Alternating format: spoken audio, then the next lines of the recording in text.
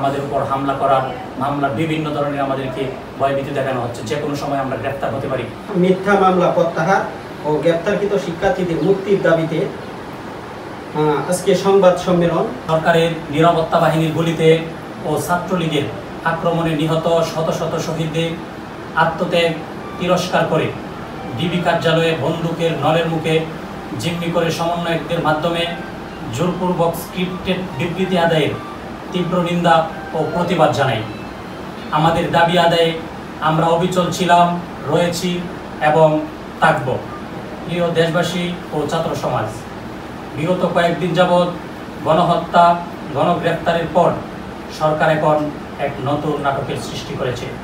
বৈষম্য বিরোধী ছাত্র আন্দোলনের সমন্বয়কদের তুলে নিয়ে ডিবি কার্যালয়ে জিম্মি করে অস্ত্রের মুখে স্ক্রিপ্টেড বিবৃতি দিয়ে ছাত্র সমাজের দাবিসমূহের প্রতি সরকার চরম ধৃষ্টতা প্রদর্শন করেছে।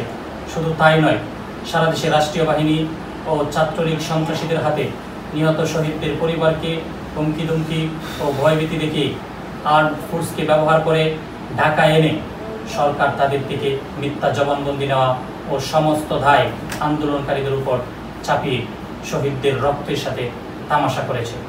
আমরা যখন এই সংবাদ সম্মেলনটি করছি, আমরা খুবই ভয়ের মধ্যে আছি, আতঙ্কের মধ্যে আছি।